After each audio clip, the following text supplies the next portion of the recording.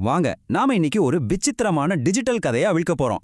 இன்டர்நெட்ல தொலைஞ்சு போச்சுன்னு நினைச்ச ஒரு வீடியோவோட ஆவி எப்படி ஒரு புது வாழ்க்கை எடுக்குதுங்கிறத சில டிஜிட்டல் தடயங்களை வச்சு நாம கண்டுபிடிக்க போறோம். இது வெறும் டெக்னிக்கல் கதை இல்ல, ஒரு சின்ன டிடெக்டிவ் கதைனே சொல்லலாம். இன்டர்நெட்ல நீங்க பாட்டுக்கு போயிட்டு இருக்கும்போது திடீர்னு இப்படி ஒரு வரி உங்க கண்ணுல படுது. எந்த ஒரு விளக்கமும் இல்ல, எதுவுமே இல்ல. இத பார்த்ததும் என்ன தோண்டுது? ஏதாச்சும் சீக்ரெட் கோடா இருக்குமோ, இல்ல ஒரு கம்ப்யூட்டர் செஞ்ச தப்பா இருக்குமோ? வாங்க இந்த புதிரோட முடிச்ச விழுக்கலாம். பார்க்க சம்பந்தமே இல்லாத மாதிரி இருந்தாலும் இந்த வார்த்தைகளுக்கு பின்னால கண்டிப்பா ஒரு கதை ஒளிஞ்சிருக்கு. அதை கண்டுபிடிக்க நம்ம ஒரு டிடெக்டிவ் மாதிரி யோசிக்கணும். நம்மளோட வேலை இந்த மர்மமான டெக்ஸ்டோட மூலம் எங்க இருக்குன்னு கண்டுபிடிக்கிறது. அது எங்கிருந்து வந்துச்சுன்னு தெரிஞ்சாதான் அதுக்கான அர்த்தமும் நமக்கு புரியும். சரி, நம்மளோட முதல் துப்பு எங்க கிடைக்கும்? இந்த வார்த்தைகள்லாம் எங்கிருந்து வந்துச்சுன்னு முதல்ல கண்டுபிடிக்கணும். வாங்க நம்ம தேடல ஆரம்பிக்கலாம். எந்த ஒரு மர்ம கதையிலையும் முதல் துப்பு ரொம்ப ரொம்ப முக்கியம் இல்லையா? இந்த மொத்த மர்மத்தோட திறவுகோலே இந்த டெக்ஸ்ட் எங்கிருந்து வந்துச்சுங்கிறத கண்டுபிடிக்கிறதுல தான் இருக்கு. நம்ம தேடல்ல இது ஒரு யூடியூப் வீடியோல இருந்து வந்ததுன்னு தெரிய வருது. அந்த வீடியோவோட தலைப்புல தான் நம்ம முதல் க்ளூ ஒளிஞ்சிருக்கு. பாத்தீங்களா, இது ஒரு தமிழ் வீடியோ. இப்போ அந்த ஃபாரின் அப்படிங்கிற வார்த்தை ஏன் வந்துச்சுன்னு உங்களுக்கு புரியுதா? ஒரு மென்பொருள், அதாவது ஒரு சாஃப்ட்வேர் தமிழ் மொழியை புரிஞ்சிக்க முடியாம தெரியாத வார்த்தையெல்லாம் ஃபாரின் அப்படின்னு தப்பா குறிச்சிருக்கலாம். இதுதான் நம்மளோட முதல் சந்தேகம். எது எப்படின்னா, ஒரு ரோபோ கிட்ட தமிழ்ல பேசுனா அதுக்கு புரியாது இல்லையா? அதுக்கு புரியாத வார்த்தைகளை எல்லாம் அது ஃபாரின் அப்படின்னு சொல்லிடுது. சிம்பிள். புதிரோட முதல் பாதிக்கு நமக்கு விடை கிடைச்சிருச்சு. ஆனா கதை இதோட முடியல.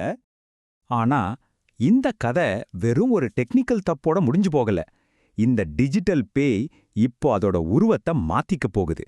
இங்க இருந்து தான் கதை இன்னும் சுவாரஸ்யமா மாறப்போகுது. நாம எல்லாரும் என்ன நினைச்சோம்? இந்த வீடியோ மொழிபெயர்ப்புல சொதப்பி ஒரு குப்பைக்கு போன கண்டென்ட்னு. ஆனா உண்மையில என்ன நடந்துச்சு தெரியுமா? அதுக்கு ஒரு புது நோக்கம் கிடைச்சது. அது ரீசைக்கிள் பண்ணப்பட போகுது. இதோ பாருங்க, இந்த ஒரு கோரிக்கை தான் எல்லாத்தையும் மாத்த போகுது. இதுக்கப்புறம் இது ஒரு ஃபயர் இன்சூரன்ஸ் வீடியோவா இருக்காது. இதுக்கு ஒரு புது அடையாளம் கிடைக்க போகுது. ஒரு புது கதை பிறக்க போகுது. சரி, இப்போ நம்மகிட்ட இருக்கிற எல்லா துப்பையும் ஒன்னு சேர்க்கலாம்.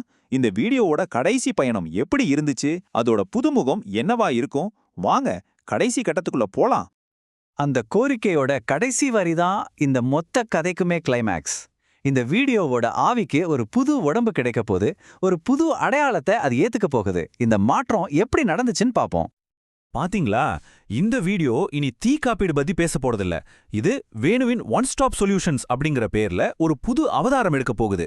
ஒரு வீடியோவோட ஆவி திருடப்பட்டு ஒரு புது உடம்புல பொருத்தப்படுது.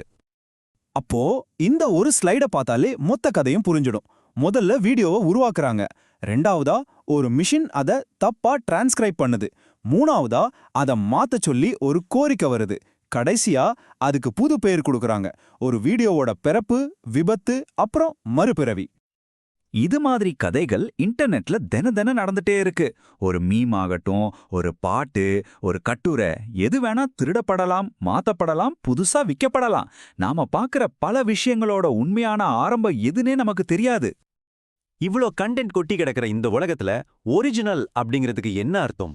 ஒருவேளை இதை யார் முதல்ல செஞ்சான்னு கேட்கறத விட, இந்த கண்டென்ட் இப்போ யாருக்கு என்னத்துக்கு பயன்படுது அப்படின்னு கேட்கறது தான் சரியா இருக்குமோ?